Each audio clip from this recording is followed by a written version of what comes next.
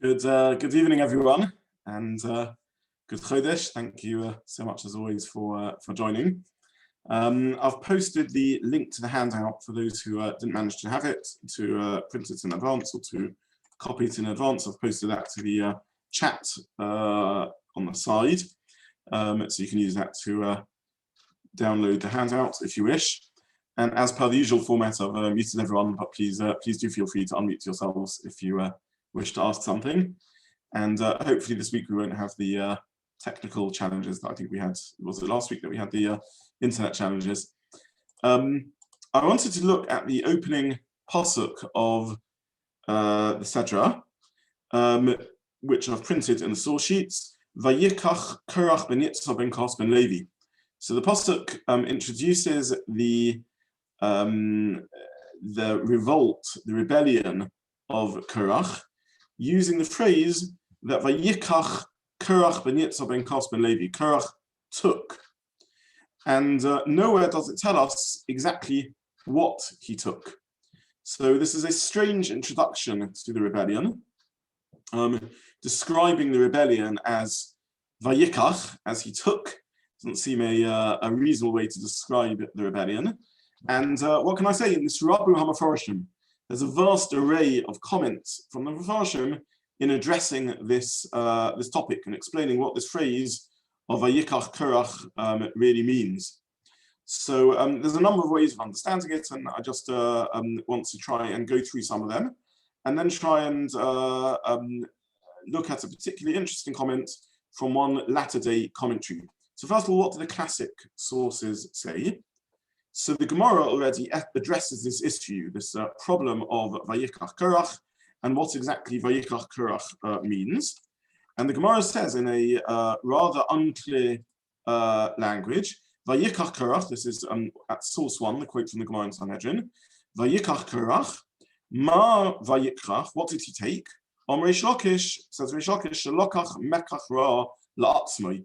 He took a bad deal, a bad transaction for himself. So again, for those who haven't managed to copy look at the source sheet, it's printed in the chat. Korach took a bad deal for himself. So Vayikach Korach took, he purchased for himself a bad business deal. Now, what does this mean? What does it mean he purchased for himself a bad business deal? It's not entirely clear actually what this Gemara means, what the Gemara is trying to explain.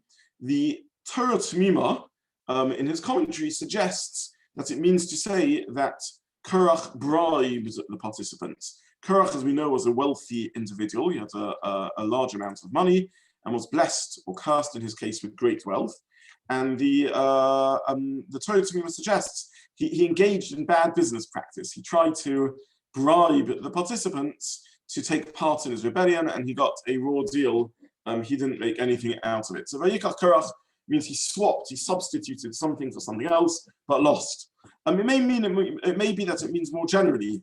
It doesn't mean specifically he engaged in business practice by trying to bribe, but it means he got a raw deal in that he gave up what he had. He could have been an important figure. He could have been a leader in Klal Yisrael. He was of fairly significant rank. But however, he was frustrated. He wanted to be more senior. He wanted to be as senior as Moshe and Aaron. And he ended up, therefore, getting nothing whatsoever. So it maybe that's the point that the Gemara is making. Vayikach, he trades in something for something else and loses out by so doing. The Targum Yonason, which is an alternative Aramaic translation in the Gemara, ascribed to Yonason ben Uziel, one of the Tanoim, one of the Mishnaic era rabbis. He cites what's become a famous midrashic explanation. Vayikach Korach, what did Korach take? Well, presumably this is going on the previously mentioned item. He took that which has just been mentioned. What was just mentioned? Well, at the end of last week's Sedra is the mitzvah of tzitzis. So somehow he used in his argument the tzitzis, the arba kanfos, the four-cornered garment, as a prop for his rebellion. And therefore the Targum Yonason says, printed here, he took a garment made totally of techelas and uses this as a metaphor for his call for equality, perhaps. And he said if you have a garment full of techelas, doesn't need a techelas thread, if you have a people who are all holy, do we need an additional leader or a Kohen Gadol or Moshe who have a senior role over everyone else? So this is how the Targum Yonasan understands what he took. Targum Onkelos, interestingly, in a very interesting turn of phrase, says Vayikach Korach. Korach took himself, and he uses the language of V'itpalig Korach, which means Korach separated or argued. Now, Rashi, who I've also printed in the source sheet, quotes Onkelos and seems to explain it one way. And he understands this to be Korach separating himself, either geographically or metaphorically. He separates himself from the people. What does this mean? He separates himself from the people. He takes a stance which creates a division in the Jewish people. So this is how Rashi understands the Targum, and he quotes this from the Targum. He says that, let's have a look at Rashi. Vayikach Korach, lokach esatzmo l'sat echad. He took himself to one side. He disassociated himself from the congregation, and this is what he cites from Onkelos. He then brings a second explanation. Vayikach Korach. Korach took. What does this mean? It means he persuaded followers to join him. Who did he take? He took people metaphorically by persuading them and by drawing them after him. So these are the two explanations that Rashi gives. Vayikach Korach took followers, persuaded followers to go after him, or he understands the Targum to mean he took himself to the side. The Ramban, interestingly, understands Vayikach Korach. Korach took in the Targum's translation of he separated himself, or he argued, and he says this doesn't refer to a physical separation, or indeed a separation from the people. It refers to an internal argument, an internal dialogue, an internal separation, meaning to say that he spoke to himself, he addressed himself, he argued with himself, and persuaded himself to engage in a certain perspective. So it's very interesting to see that we have the same comment of the Targum, translating into Aramaic, Korach took to mean he separated. Rashi understands it to mean an external separation from the rest of the people, and the Ramban understands it to more psychologically to be referring to an internal dialogue. Let's have a look at the Ramban in the sheets, because the Ramban is very fascinating how he translates it. The Das HaMedrash, says the Ramban, Eino Kapei Sharav. The Medrash does not mean like Rashi. Aval Omrisham, they said there, Ein Vayikach Elosh Lashon Pliga. It's a language of arguments. Shelibo Lokchi, that his heart took him. And then he cites a verse where we see this being used like that. The Eino wrote to Loma Shalaka Chatzmo L'Tzad Echad. It doesn't mean he took himself to one side. And then again he quotes a pasuk. Aval, in the penultimate line in the Rambam, Kavanas HaMedrash, and this is the Targum also, the Vayikach Korach, Shalakach Eitza B'libo. He consulted his heart, he took advice from his heart, Lasus Masha Yisapeh, to do that which he had spoken about, because taking can also be used for advice and thought. Very interesting that we use this language still in modern English to this day. We talk about taking advice or taking counsel.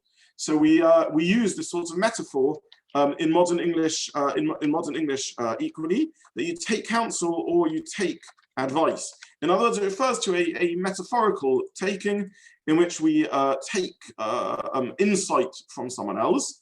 And here, therefore, it means that Korach engages in a internal conversation with himself in order to work out what the most appropriate course of action is, and arrives at the conclusion that he should rebel against Moshe. Finally, in terms of an overview of different perspectives, I printed here the thought of Samson Raphael Hirsch. This is printed at the bottom of page 1. And he translates it to mean Korach took for himself a right and authority that he didn't really possess. He took upon himself the role of disputing and rebuking Moshe. And this is what it means. Vayikach Korach, he took to himself the right to engage in a certain type of conversation. But then he says that the subtlety of language of the pasuk means that it expresses a nuance of language which indicates a secondary meaning that perhaps we can understand in what the pasuk means. And it refers to Korach's mindset, his frame of mind, his perspective, the sort of person he is. What really drives Korach to operate in this manner? It's vayikach, it's a desire to take. Despite his grandiose claims to being there for the interests of the people, he's there as a representative, he's calling for democracy. In truth, what's pressing him is himself. He's working for himself, for his own agendas, for his own motives. Vayikach Korach, Korach takes. This is an act of taking, not an act of giving. So says Samson Raphael Hirsch.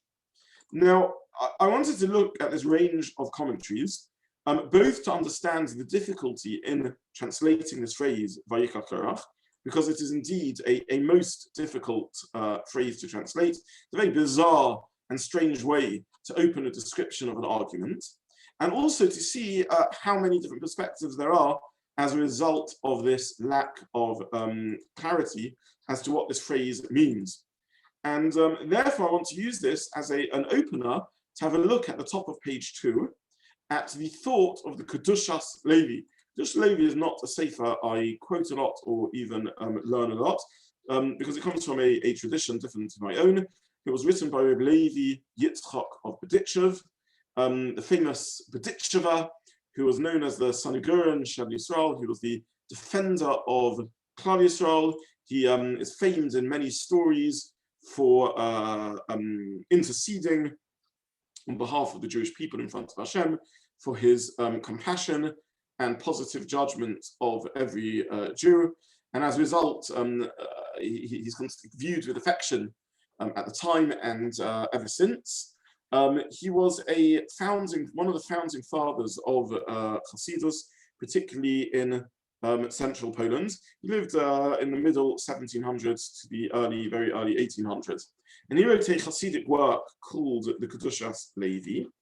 And he makes a very interesting comment on this pasuk, somewhat analogous to that actually of Samson Raphael Hirsch, who of course came from a very different, from a very different environment, but also gives it a Hasidic twist. And he is reflecting a tradition in many of the commentaries, really dating back on some level to Rashi, to understand that Korach is not a simple person. This isn't a simple rebellion going on over here. Korach is a remarkable individual. He isn't just a power-hungry figure of ego and greed seeking to drive rebellion, but he poses a threat to Moshe because of his genuine seniority and elevation as an individual. And there's a number of clues that indicate to us or lead us to see Korach as an elevated individual. First of all, the seriousness with which the rebellion is responded to. The seriousness with which it's responded to by his supporters who follow him, and by Hashem and Moshe in turn. Who flocks to Korach's bandwagon? Well, very senior figures. The members of the Sanhedrin, as Rashi tells us, Nesiim, 250 Anoshim, 250 dignified people. So Korach is an attractive figure. If he's just a muckraking, argumentative individual, he wouldn't have attracted such followers.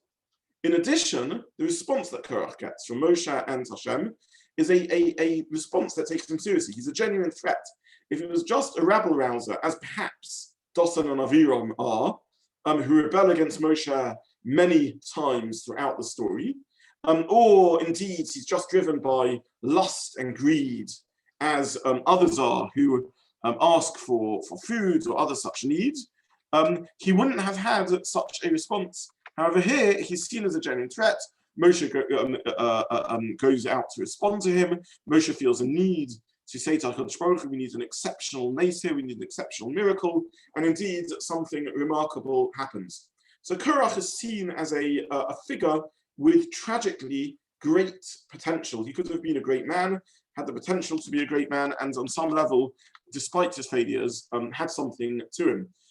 It's probably for this reason that his descendants are viewed as reputable figures. Namnatseach, Livnei Korach, Mizmor Shir, they are authors of sections of Tehillim. Shmuel Hanavi is seen as a descendant of Korach.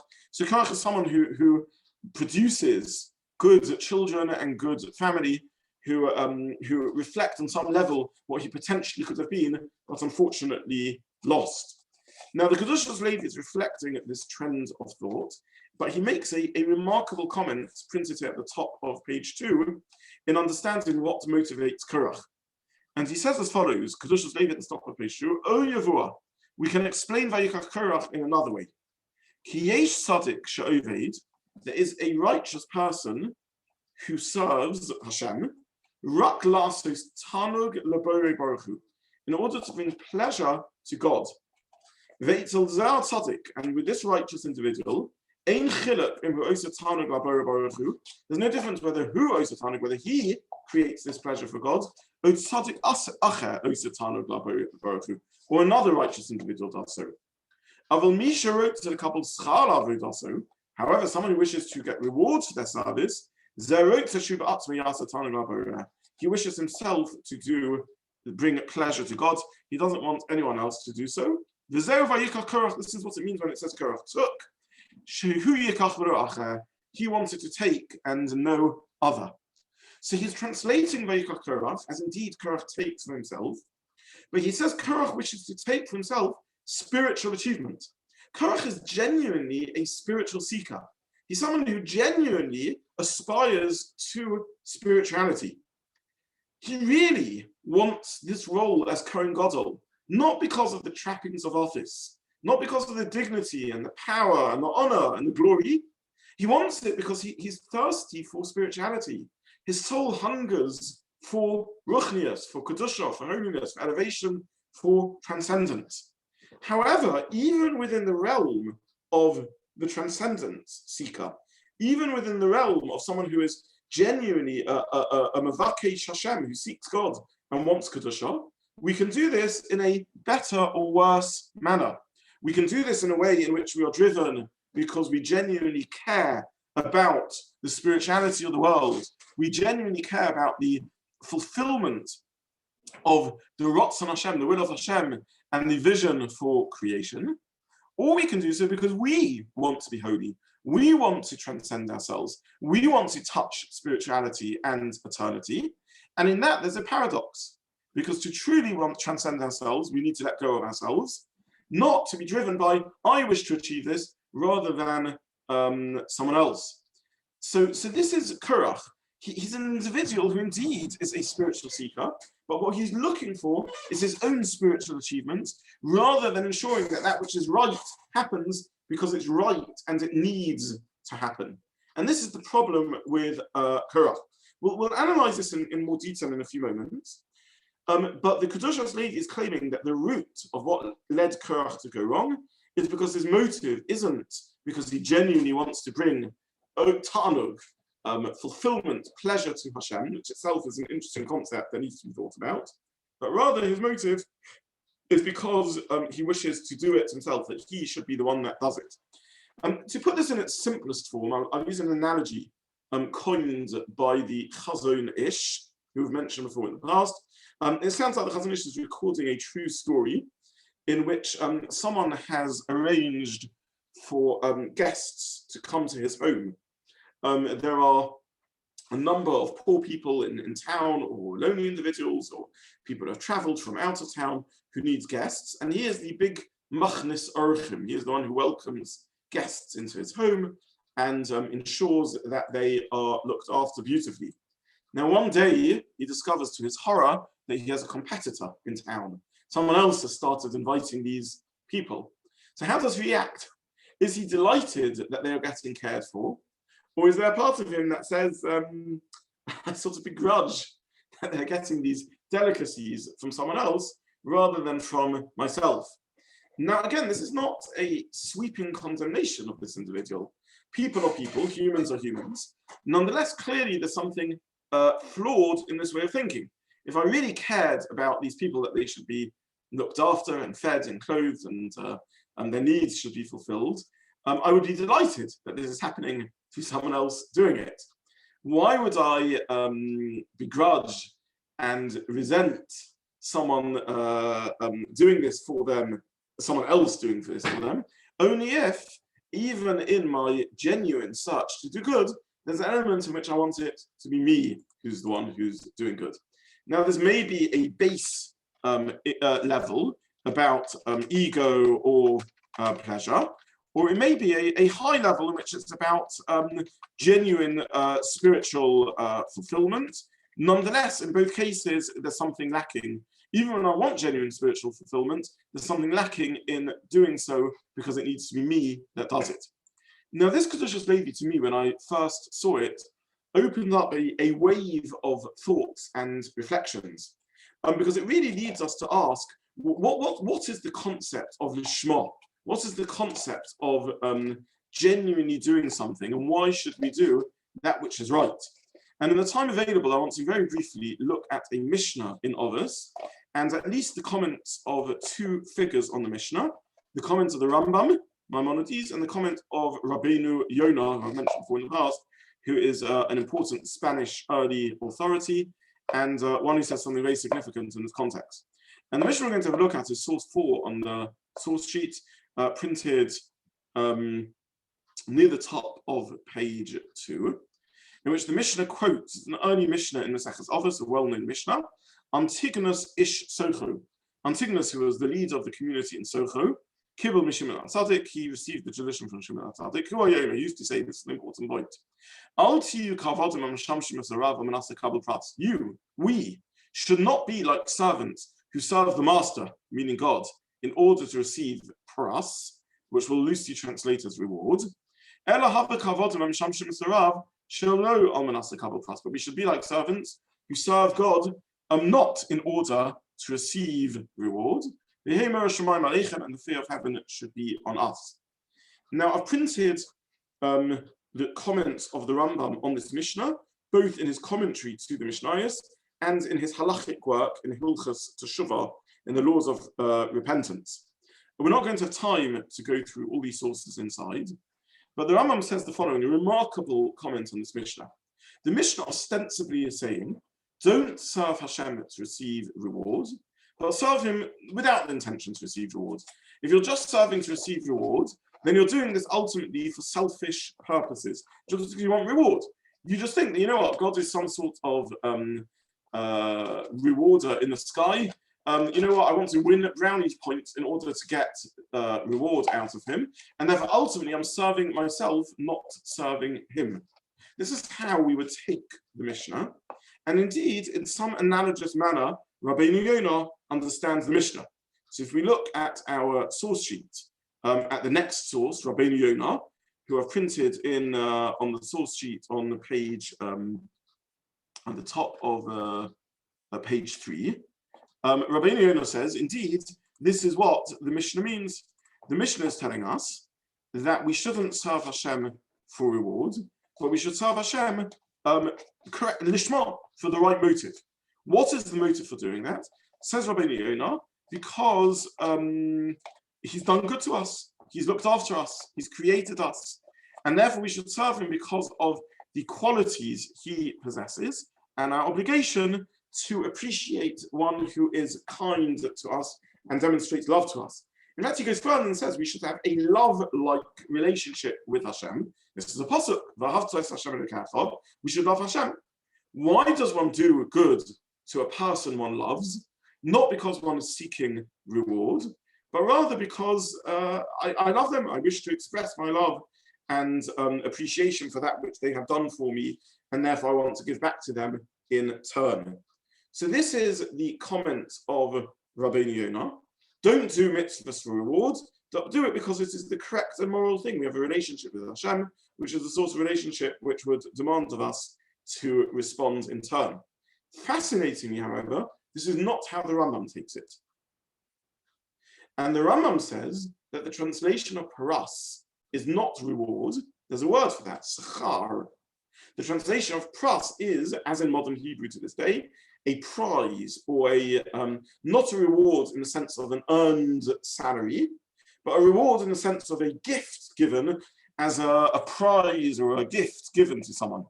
And he says the point over here is we shouldn't do mitzvahs because we are expecting as an act of kindness from Hashem that he gives us a prize or a gift.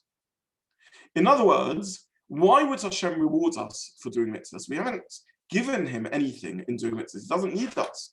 He is infinite and all-powerful. He has everything he needs. The creation is ultimately an act of altruism. So if we serve Hashem simply because we wish to get a prize, we view reward and punishment as a gift given to us as an act of kindness from Hashem, then we are serving him like a small child might serve Hashem. The motive they get in so doing is because they want the prize. So a little child needs to be encouraged to learn their times table. I promise them if they learn their times table, they'll be given a chocolate bar. They're not doing it because they understand the intrinsic value of learning. They're doing it because they want the chocolate bar. They get a little older, maybe I promise them a bike if they learn well in school. They get older still, and I tell them, look, you need to study for exams in order that you should be able to earn a living. But in truth, none of these are my real motive. My real motive is, explains the Rambam in his commentary to Mishnayos, because I believe that in getting an education, they will enrich themselves and understand better life. They will be more developed human beings. So this is the reason, says the Rambam in education, why we bribe. And this is an appropriate way to treat little children, but not the way adult-like figures should behave. Says the Rambam, we should definitely do mitzvahs because we recognize the positive results that come to us for so doing. But that should be seen in the nature of a sechar, a consequence, or a salary, as opposed to paras, as opposed to a mere prize. What does it mean that this is a consequence that comes to us? Because by doing mitzvahs, we mold ourselves into a different sort of human being. We mold ourselves into a spiritual being. As we do mitzvahs, we build a connection to spirituality, whether that's to our relationship to Hashem, or whether that's to our relationship to other human beings, or our relationship to ourselves by developing our personalities, our mitzvahs, our character traits, or our intellect and our reason. So says the Rambam, the translation of the mitzvah is, don't do mitzvahs in order to get paras, a prize, but do mitzvahs because you understand this is reality. In his language, in his Hilchos Teshuvah, he says, Oisa esa emes mipnei emes. Do that which is right because it is right. But unlike Rabbi Zobin, contradicts the idea of doing mitzvahs because they bring me something positive, and I should only be doing this because this is a moral right, but rather I should understand that I'm doing mitzvahs because they are moral right. I'm doing something because it's true, it reflects reality, but being in touch with reality is clearly a better state of existence than being out of touch with reality. When I live in accordance with reality, I connect to that which is real and that which is existent. I am now a figure who has genuine connection with Hashem, a genuine insight into creation, a genuine transcendence of mind and midas, and therefore this is an appropriate way to behave. So the Kedushas Levi, to revert to our point, says Vayikach Korach. Korach is a genuine spiritual seeker. However, sadly, he makes a mistake. He thinks that true spirituality is in an act of taking, whereas true spirituality is an act of transcendence, it's an act of giving. According to Rabbi Yonah, it's found in doing that which is right, because it is right, because it is moral to recognize the creator of the world and acknowledge our relationship with him. It is moral to give to the one who we love. And according to the Rambam, it is an act of self-building. The issue is not self-building. Of course, we need to self-build in order to create out of ourselves something greater and something better. And being focused on self-growth is not the problem. The problem is when the self-growth is translated into reward and punishment in the sense of just being given goodies almost as a prize, rather than understanding the true good is a result, a consequence out of that which we have built from ourselves. I will simply conclude with the Gemara in Sota. This is printed on the third page. The Gemara reminds us, Amar Rav Yehuda Amar Rav,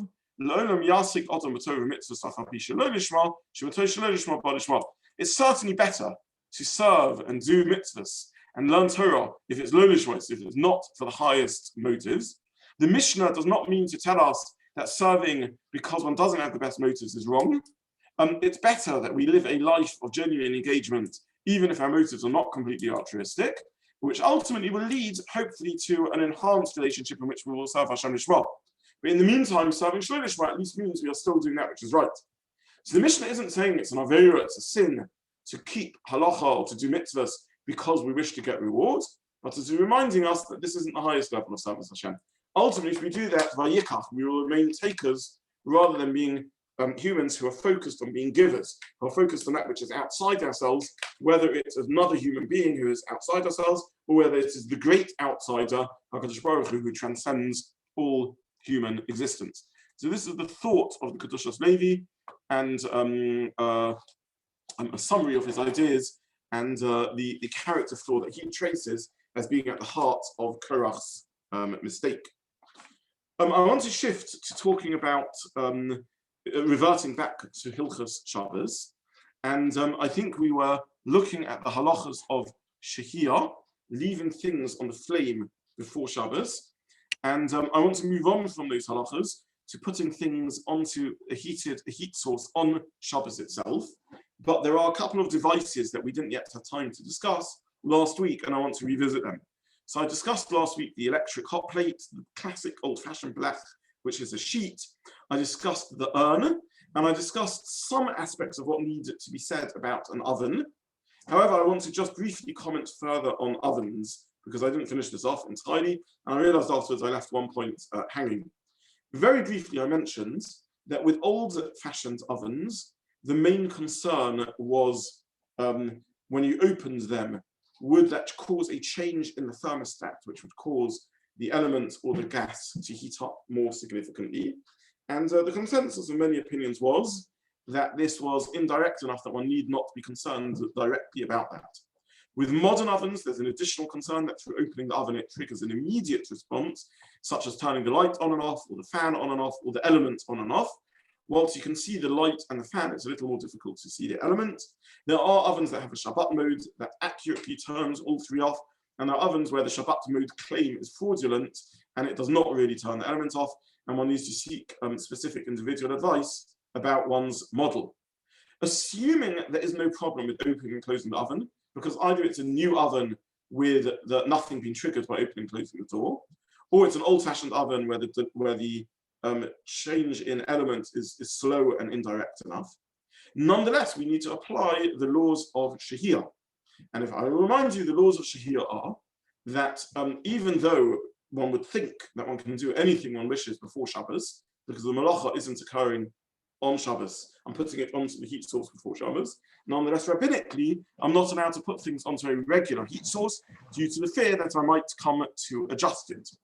And there are a number of solutions, including covering the flame, which is what we call the blech, heating it on something which is not the style of cooking, the way to cook, which is a unadjustable hot plate, using any unadjustable device because it's unadjustable, or having food which is fully and completely cooked.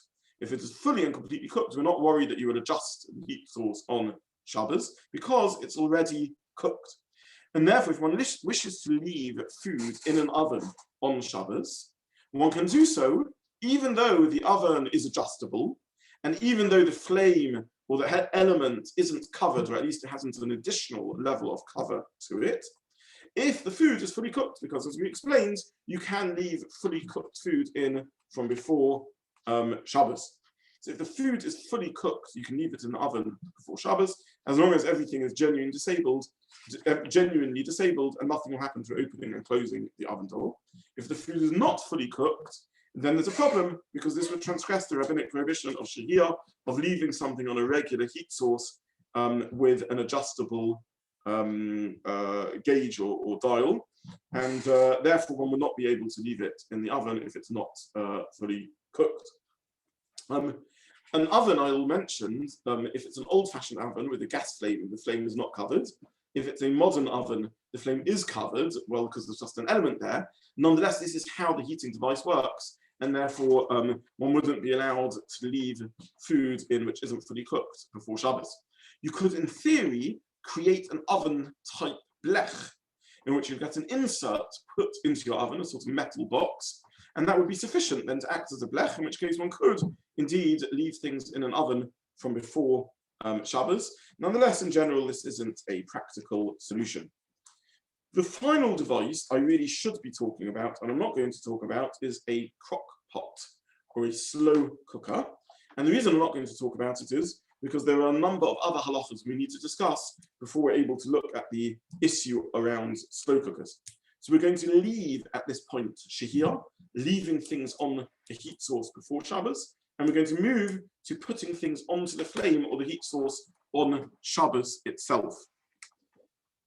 Once we've done that, and a couple of other halachas, we'll get back to devices again on Shabbos, including the crock pot, and look at that. So for now, what is the story about putting things onto the flame on Shabbos?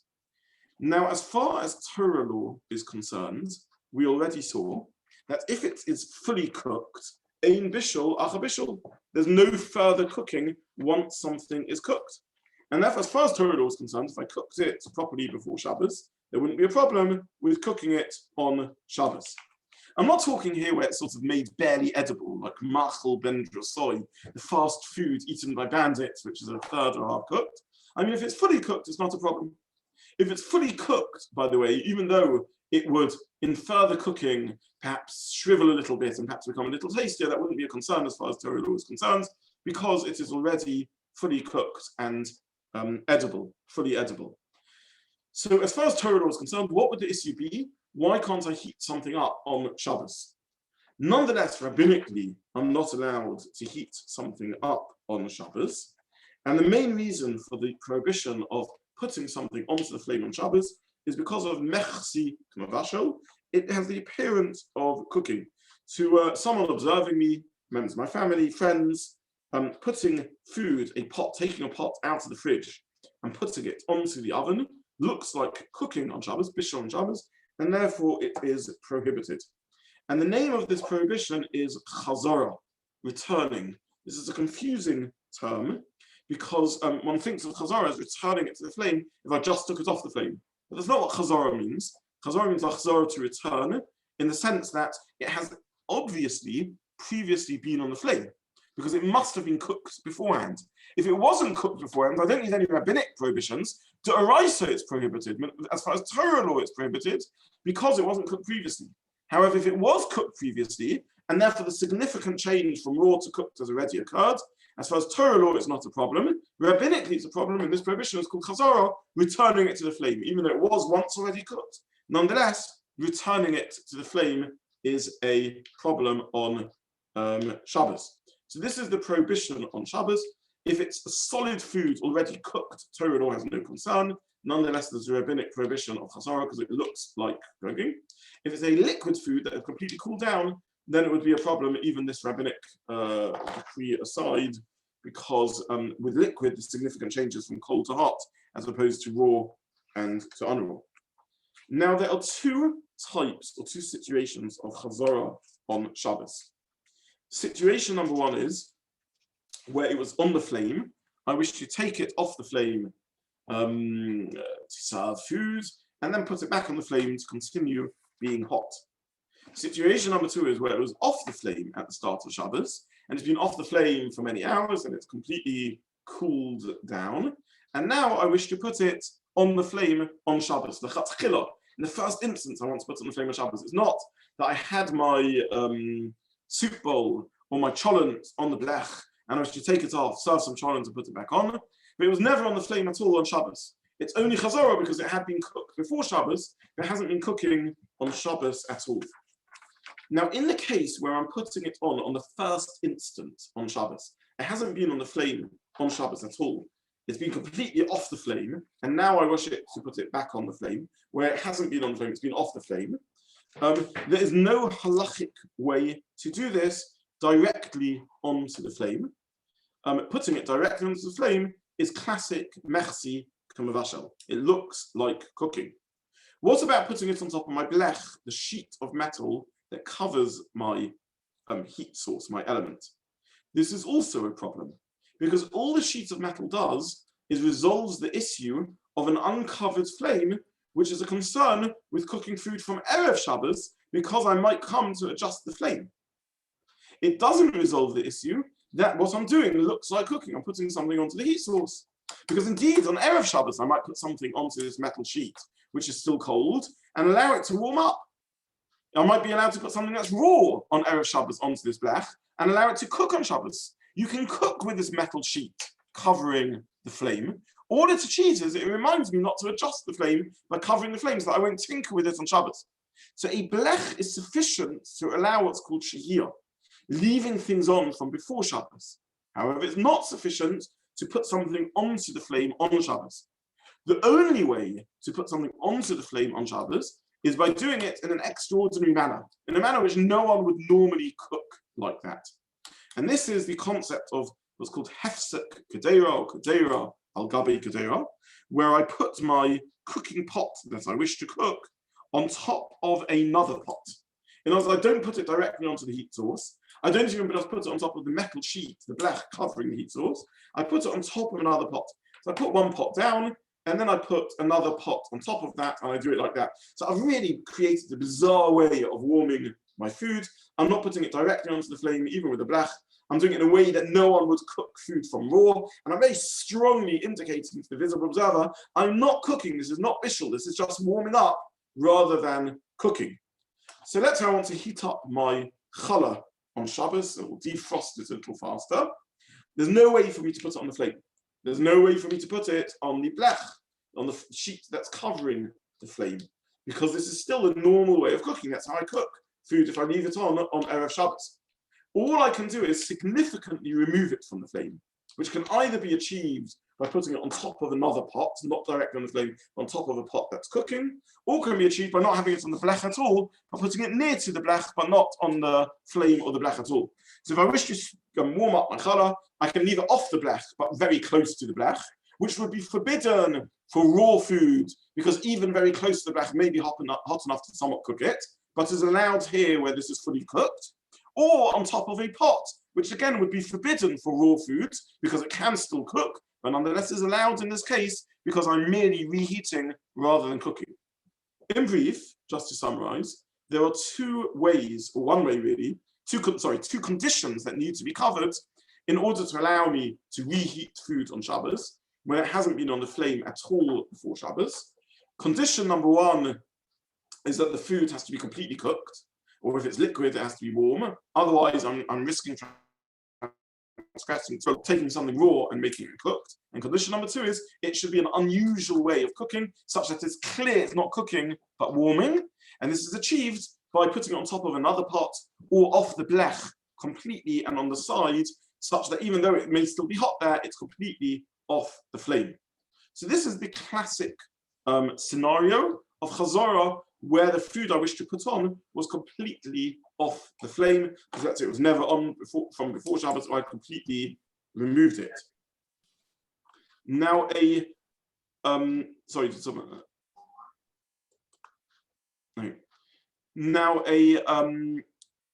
now this is with an open flame or a flame covered with a metal sheet. What about what we call nowadays a blech, miscall a blech, a hot plate? So a hot plate serves sufficiently to allow to leave food on before Shabbos, because you can't adjust it, so it solves that problem. Can I put food onto it on Shabbos, or do I need to find one of these solutions? So here there is a debate amongst the poskim. Some poskim say, yes, of course I need to find a solution. I have to put on top of an upturned pot, because otherwise I am warming food up in a manner that looks like cooking. Other poskim, amongst them very senior poskim like Moshe Feinstein and Rabbi Ovadia Yosef, say no. No one cooks food on a hot plate, an unadjustable electric hot plate. It's used for warming food. In fact, that's what it's called very often, a warming tray of sorts, but it's not used for cooking, and therefore you can put food directly onto a hot plate which is an electric hot plate, and you don't need an upturned pot at all. So if your practice is to use an upturned pot on a hot plate, that's a good practice, and you can continue to do so. However, if your practice is not to do so, but to put directly onto a hot plate, an electric hot plate, you also have good grounds for doing that. Very senior poskim upon whom to rely, like Ramosha Feinstein and Rabbi Yosef, who are of the view that on an electric hot plate, we need not be concerned with something looking like cooking, because no one cooks on an electric hot plate. So to summarize again, putting food on in the first instance on Shabbos, a regular covering of the flame like a metal sheet is insufficient. It has to be on top of another pot, it has to be significantly removed from the flame. A thin metal sheet or a sheet of silver foil is not enough, because otherwise it looks like cooking. On an electric hot plate, there are two schools of thought whether you need this upturned pot, and there are sufficient great figures upon whom to rely if your practice is not to bother with putting on top of another pot on Shabbos, and just to put something you want to warm up directly onto the hot plate. All of this is with the condition, of course, that the food is fully cooked. So this is Chazara in a scenario where something has been completely off the flame. What sorts of situations are we talking about? Warming up challah that you've taken out of the fridge on Shabbos, reheating kugel, reheating meat, cold, dry foods that you want to reheat on Shabbos, not liquid foods, like foods in a large quantity of gravy or soup, because once they've gone cold, you can't reheat them, and not raw foods. And in all these cases, Shabbos morning, you want to have warm food. You can put them, according to some, directly on your hot plate, according to everyone, on top of another pot, whether on your hot plate or on top of your metal sheet. Scenario number 2 is where you have something on the flame on Shabbos, and you wish not to remove it from the flame completely. You wish to just take it briefly off the flame, serve some food, and then put it back on. So this is the second type of Chazara. This is a case where you effectively just want to briefly take it off the flame, and you don't want it to be completely removed ever off the flame. You just temporarily want to take it off and then immediately put it back. So here, the logic is as follows.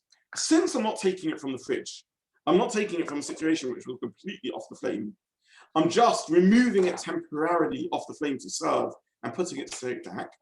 To the observer, as long as it's clear that this is not a new act of cooking, but there's merely an act of temporarily taking it off and then putting it back on, then I would be allowed to do so on Shabbos, even without the other features we spoke about, like putting it on top of an upturned pot. So what are the conditions that allow me to briefly take a pot off the flame, serve from it, and then put it back on? In brief, number 1, the food is fully cooked. Otherwise, by putting it back on, I'm causing it to complete the cooking process, which could be the malacha to derisa, the Torah transgression, cooking on Shabbos.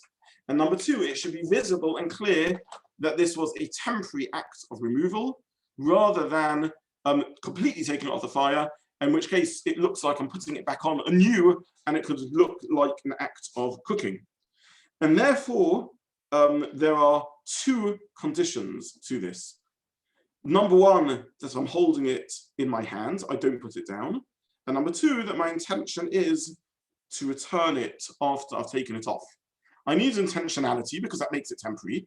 I took it off with intention to return, and I need to keep my hand on it because that makes it clearly and visibly temporary to the external observer.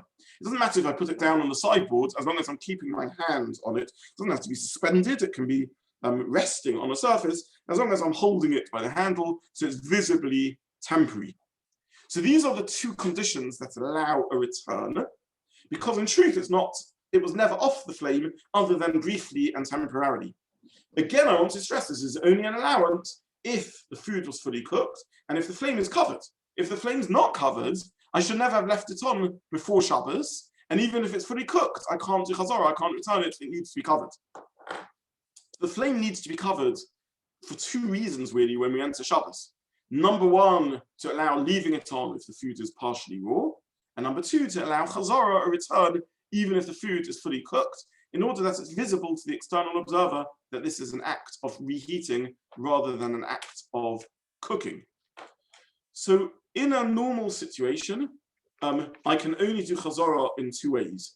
either if it was clearly off the flame, such as it was in the fridge, or indeed permanently removed, now I want to put it onto the flame and I have to put it on top of an upturned pot, or where it was visibly and clearly a temporary removal because I had the intention just to take it off temporarily and to immediately return it afterwards, such that was both my conscious attention in my mind and my visible act demonstrated by keeping a handle and gripping it. If one mistakenly messed up and one didn't have one of these two conditions, then b'diavad that is okay. If I'm missing both of these conditions, it isn't okay. So if I, for example, take a pot off, intending to remove it, and it's a mistake, I realized later it was the wrong pot, but I was still holding it, or if I intended to return my pot to the flame, but I accidentally let go of the handle, in both those cases, Chazara is allowed after the event. So Chazara is allowed after the event as long as there's something that makes the removal from the flame temporary, either intentionality or keep a grip of it. If neither condition applies, then in general, I am not allowed to return it to the flame, other than an emergency where it's the only warm food that I have for Shabbat. So if it's really going to go hungry on Shabbat, so I have to have cold food, then I could return it even if both these conditions are missing with the Eved. So these are, this is the halacha of Chazara. I first of all need to ensure there's no transgression as far as Torah law is concerned, that the food is fully cooked. I secondly need to ensure that the flame is covered. And thirdly, I need to either just have had it as a temporary removal because I was intending to return it and kept a grip on the handle, or I put an additional significant indicator that I'm warming rather than heating, which would be an electric blech or an upturned pot on which I put food. This is a summary of the laws of Chazara. Now, how does this apply to modern devices? So I'll speak briefly about two modern devices, about a warming tray and a crock pot. In terms of a warming, sorry, not a warming tray, a warming cupboard. So in terms of a warming cupboard, I need to ensure, if I wish to put food into it on Shabbos, that it fulfills the conditions that we have discussed.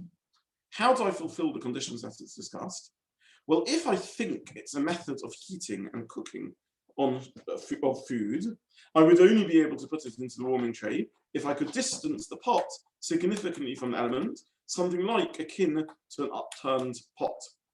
However, if it is a warming cupboard, which is not normal to cook in, then there wouldn't, by definition, be the merci k'mavashel, the fear that it looks like Bishul, and therefore I would be allowed to put something into the warming tray or warming trolley in order to warm it up on Shabbos. Now, there are two sorts of warming trolleys. There are those that are really basic ovens. They reach very high temperatures. They're completely adjustable. It's normal, it's feasible to cook in them. And therefore, putting food into them is like putting food into an oven on Shabbos. The flame, the heat source is uncovered.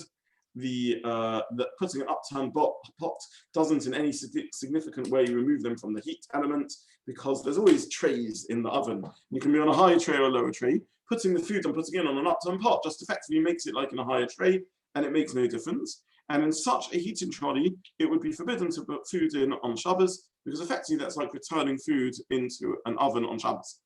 There are other heating trolleys which are clearly not methods of cooking food. They are only warming food. That's all they're designed for, is to warm food. You couldn't or wouldn't in any normal world cook in them because they're not adjustable. They don't reach very high temperatures.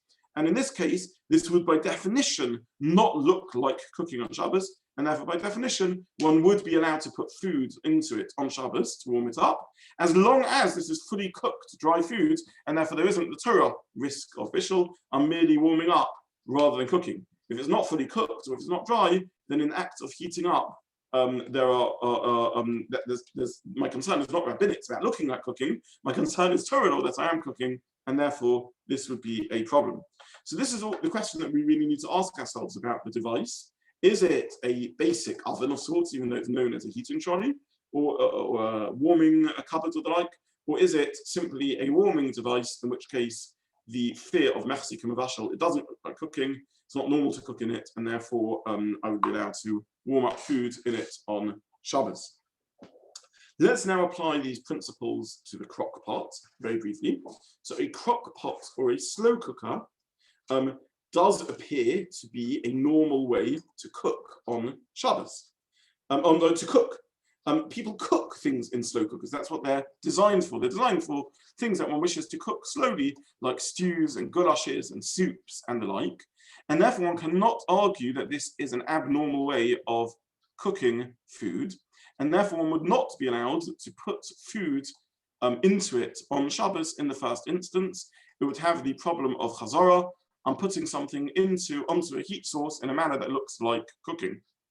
In that case, the only way to resolve the problem would be significantly removing it from the element, which is not possible with the designs of crock pots. So putting something into it initially, where it's been in the fridge or completely removed from the flame, I don't think there's a solution with crock pots. What about returning something to it after I've removed it? So I wish to take out some cholent on Friday night, I take it out of the crock pot, ladle out some cholent, and then put it back into the crock pot. Well, if the cholent's not fully cooked, then again, I have a problem. I'm doing Bishul as far as Torah law is concerned. But assuming the cholent is cooked fully and it's reached complete edibility, there wouldn't be a problem with putting it back into the crock pot on Shabbos as far as Torah law is concerned.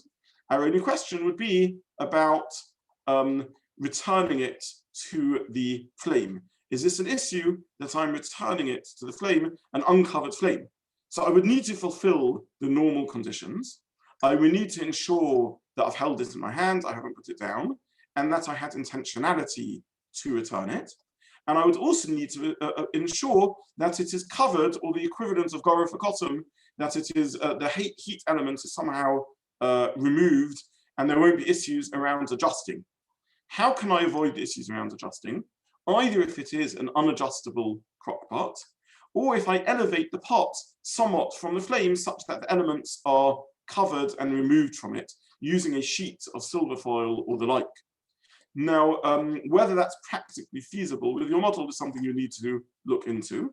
If you wish to do Chazara, put something into the crock pot on Shabbos, the elements will need to be covered or an unadjustable flame, plus the other conditions will need to be fulfilled. So this is crock pots as far as the issue of Chazara is concerned. Next week, we will look at Hatzmona, which means insulation, and we will revisit crock pots again. But for now, this concludes at the end of what we have time for this week. So I'll stop my speaking here, and obviously I'll hang on for a little bit if there's any questions that people want to ask. In the meantime, I wish you all a good evening, and as always, thank you so much for joining.